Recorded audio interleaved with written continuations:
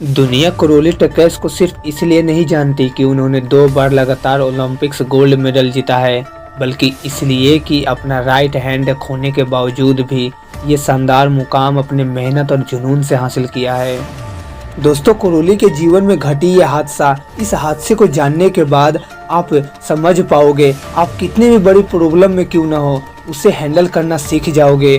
तो फिर लास्ट तक हमारे साथ बने रहिए। हंगरी देश में करोली टकैस नाम का एक सेना जवान था जो पिस्तौल शूटिंग में महारत हासिल कर चुका था। 1939 तक वो लगभग नेशनल और इंटरनेशनल शूटिंग गेम में जीत हासिल कर चुका था। हंगरी देशवासियों को पूरी उम्मीद थी करोली 1940 में होने वाले ओलंपिक में देश के लिए गोल्ड मेडल जरूर लाएगा, पर किस्मत को कुछ और ही मंजूर था। आर्मी कैंप में प्रैक्टिस के दौरान एक हैंड ग्रेनेड करोली के हाथ में ही फट गया। उनकी जान तो बच गई, पर उनका वही हाथ कट गया जिससे वो निशाना लगाते थे। उसी पल उनकी सारी उम्मीदें, सारे सपने टूट गए। इस हादसे के बाद वो कई महीनों तक सबसे दूर गुमनामी में रहने चले गए।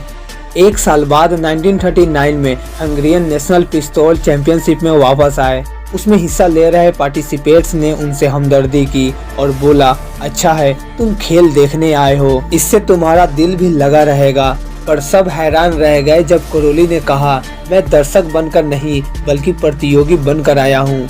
वो उस प्रतियोगिता में हिस्सा भी लिए और उसे जीते भी, पर इस बार उनका शूटिंग वाला हैंड लेफ्ट हैंड था।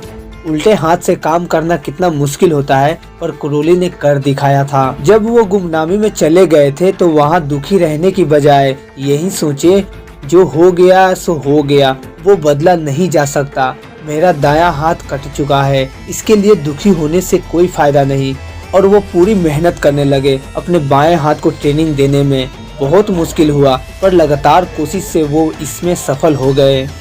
अब उनकी नज़रें 1940 में हो रही ओलंपिक में थी। यहाँ पर भी भाग्य कुछ और ही खेल खेल रहा था। विश्व युद्ध की वजह से ओलंपिक को रद्द कर दिया गया, पर करोली इतनी जल्दी उम्मीद छोड़ने वालों में से नहीं थे। 4 साल बाद होने वाली ओलंपिक की तैयारी में वो जुट गए। जब वो समय आ गया तो कुछ और ही होना लिखा था। शायद भाग्य करोली की हिम्मत और धैर्य को और भी ज्यादा परखना चाहता था। 1944 में ओलंपिक को विश्व युद्ध की वजह से फिर से रद्द कर दी गई। इस परिस्थिति में कोई भी हिम्मत हार जाता है दोस्तों, पर करोली अलग ही मिट्टी के बने थे। उनमें बहुत इच्छा शक्ति और अपने लक्ष्य को पाने का दृढ़ संकल्प था। वो अपना पूरा ध्यान 1948 में होने वाली ओलंपिक की तैयारी में फिर से लगा दिए।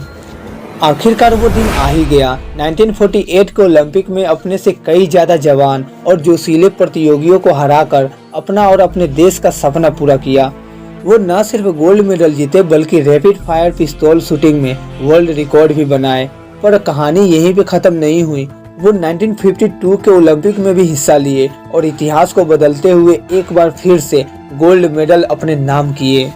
दोस्तों, अगर आप अच्छे से देखो तो इनको अपने सपने को पूरा करने में लगभग 12 साल तो लग ही गए। लेकिन यहाँ आज के लोग 2 साल से 3 साल मेहनत करते हैं और ये सोचते हैं कि हमने 3 साल में किया क्या, अभी तक हमारा सपना पूरा नहीं हुआ, और फिर डिप्रेस होते हैं और फिर अपने काम को छोड़ते हैं और सिर्फ सोचते रहते हैं।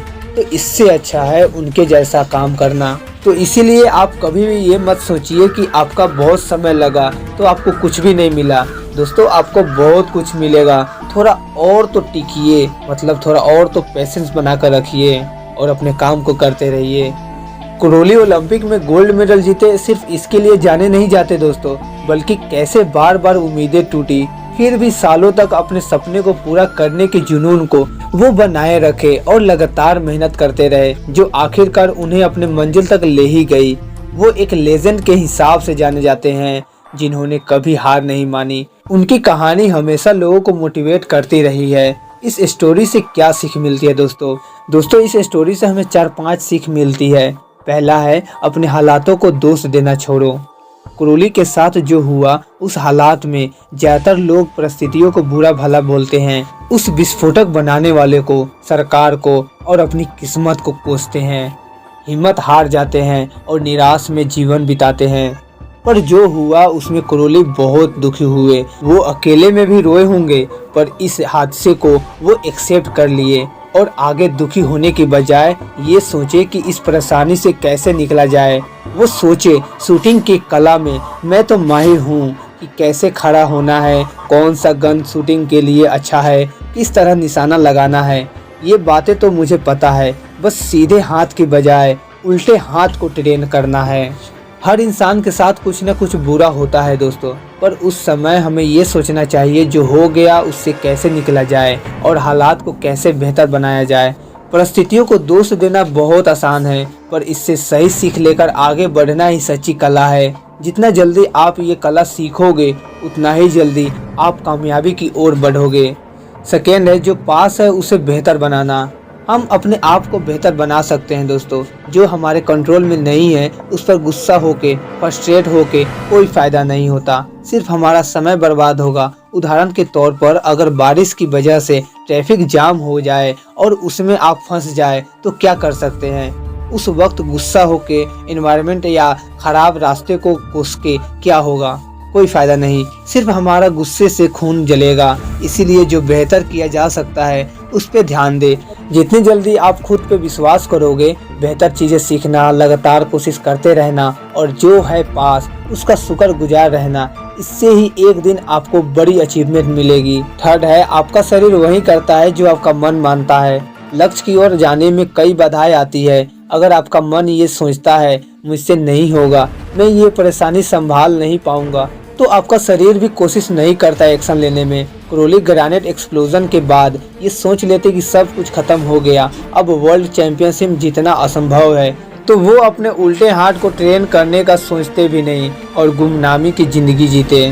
फोर्थ है लक्ष्य पे डटे रहना। कई बार आपको कामयाबी मिलते मिलते रह जाएगी, पर जो अड़े रहते हैं उनसे कामयाबी ज़्यादा दिन दूर नहीं रह सकती। क्रोली बार बार तैयारी करते रहे, सपने देखते रहे, पर बार बार ओलंपिक प्रतियोगिता रद्द होती रही। उम्र बढ़ती रही, नए चैंपियन टक्कर देने के लिए तैयार होते रहे, पर वो अड़े रहे अपने लक्ष्य पर। फिफ्थ है खुद पे आत्मविश्वास। क्रोली प्राइवेट में अपने हाथ को ट्रेन कर रहे थे। वो उन सब से दूरी बना लिए थे जो उन्हें समझाते या कहते पागलपन छोड़ दे, तुझसे नहीं होगा, अपने सपने को भूल जा, पर वो हार मानने वालों में से नहीं थे।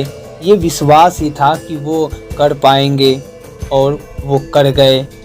सबसे बड़ा गुण हम में होना चाहिए कि मैं कर सकता हूँ।